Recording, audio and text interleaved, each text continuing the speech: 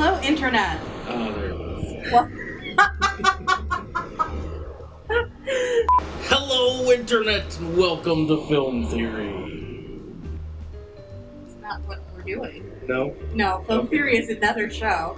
Has many more viewers than we do. Please don't say this.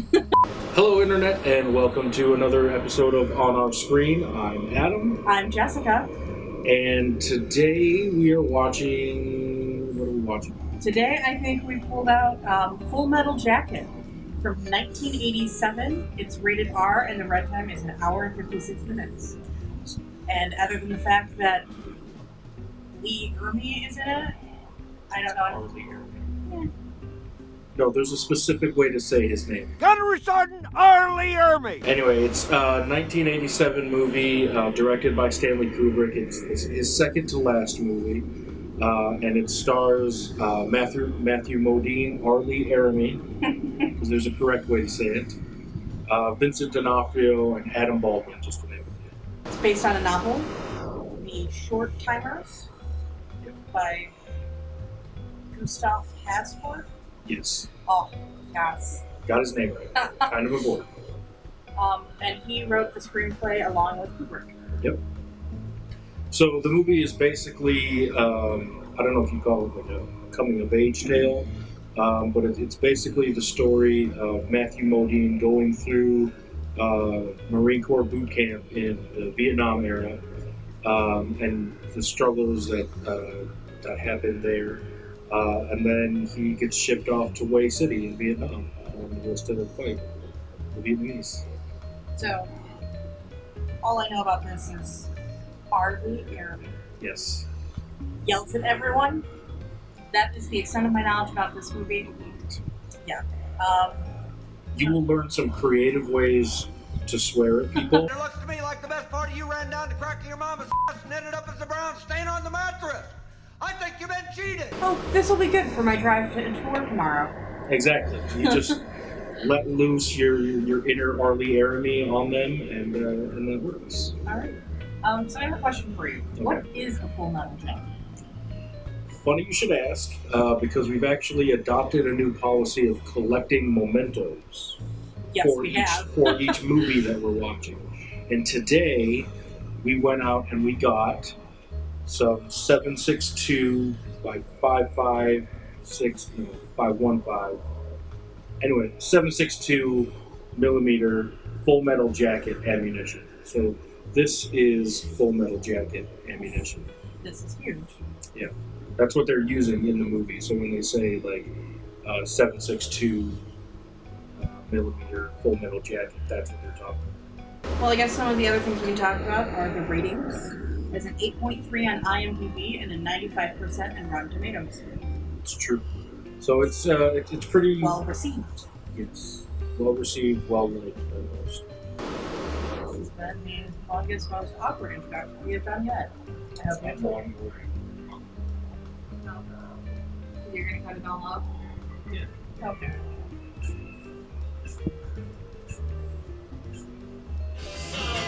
That was it? That was it. That's how it ends? Yeah, that's what it is. Okay, what was the point of that movie? You seem really unimpressed with it. I am super unimpressed with this. It's a weird movie. It is a really weird movie, but I'll say this. I think Not like weird, like strange, just like not cohesive. yeah. I'll say this. Well, let's backtrack a minute. What did you like about the movie? There are some good musical choices in it. There are, yeah, especially if you're a fan of like that era of music. There is some good music in here. Yep. I think the only reason anyone ever really watches this movie is for Ermey's performance in the first half. He and Vincent D'Onofrio in the first half, like, that is some intense.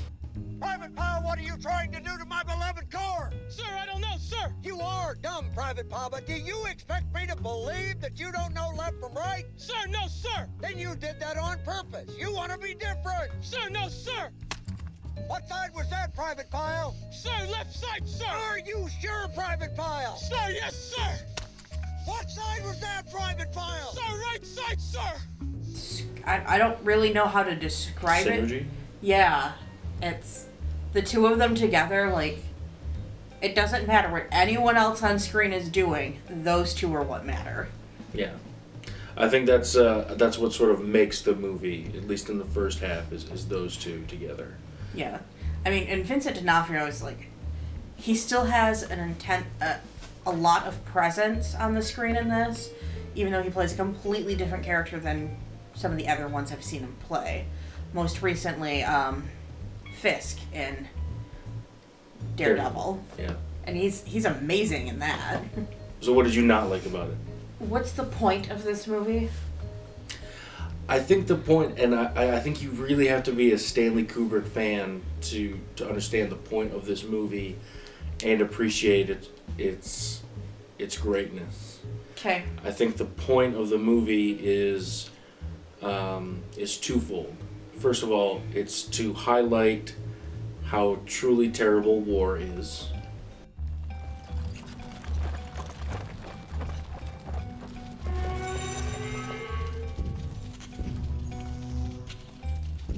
Mm-hmm. And to do so through the lens of the sort of duality of man, as Private Joker pointed out. The what? The duality of man, the Jungian thing, sir. Yeah, but I didn't see much of the duality of man in this. Like, he mentions it, and it's there in the costume choices, but I didn't really see the duality of man. So help me find that. The story is told largely in two parts. Mm-hmm. The first part is boot camp, and then it's over at the war. War, yeah. So that's duality. That's two parts. They're not much of a contrast. One of the things that makes this movie difficult to appreciate or not enjoy is the fact that it doesn't seem very cohesive. Right. Like, I think it seems like the story was told by two different directors. Duality. Yeah, you're just making that argument because Kubrick is supposed to be a genius and we're all supposed to bow down and love his movies.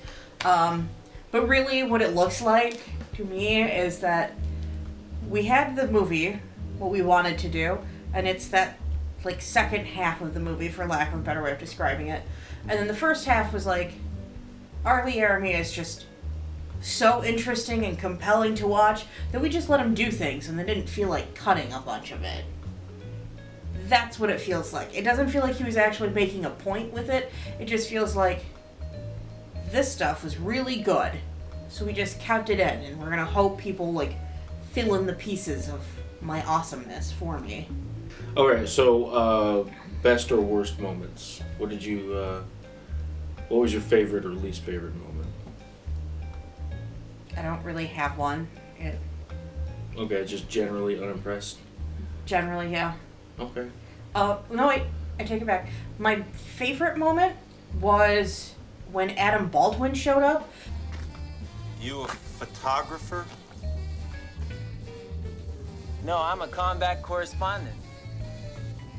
Oh, you seen much combat? Because I'm pretty sure he has not aged. I think he does a movie or TV show and then gets put in some sort of cryogenic freezing thing so he can come out and look exactly the same in everything. It's excellent. Okay, so best part of the movie is Adam Baldwin being immortal and Yes. not aging. He might be a vampire. Stay tuned for further updates on that. We'll investigate. We'll get back to you on that. Alright, So what was your favorite part? my favorite part? Oh, man. Other than recognizing some of the yelling from your own time in boot camp. The boot camp. The boot camp, yes. You sound like an old person talking about the internet. Have you been on the YouTube yet? I don't know. I'd say the thing I enjoyed most about the movie the first time I watched it was especially learning all the new insults from R. Lee Ermey. You're so ugly you could be a modern art masterpiece. Can you imagine saying some of those things to anybody in public? Like, that's... Alright. Yeah, that's kind of cool. So your favorite part is the creative swearing. Yeah, the creative swearing. I like it. Alright. Creative swearing, Adam Baldwin's immortality. See? Pointless movie. Okay, so would you recommend seeing it? No, not really. I think Okay. unless you're like a diehard Kubrick or war movie person, this is easily skippable. I think you might be right. It's really hard for me to put aside bias and say like, oh, I just like this one, you know, because it's a Stanley Kubrick movie. I think that's the only reason. That and it's a war movie, so you're not allowed to say I don't like a war movie. Why not? I don't know, people just don't seem to do it. I mean, look at the ratings. It's a fair point. So either I'm missing something that everybody else that has watched this movie gets, or it's really not that great and we're all just trying to convince ourselves it is. Alright guys, that does it for our review of 1987's Full Metal Jacket. Like this video and share it around the interwebs. Subscribe for more content. Hit that notification button so that you get notified every time we put up a new video. And let us know in the comments below what movie you want us to see. Yep. And until next time. Bye. Bye.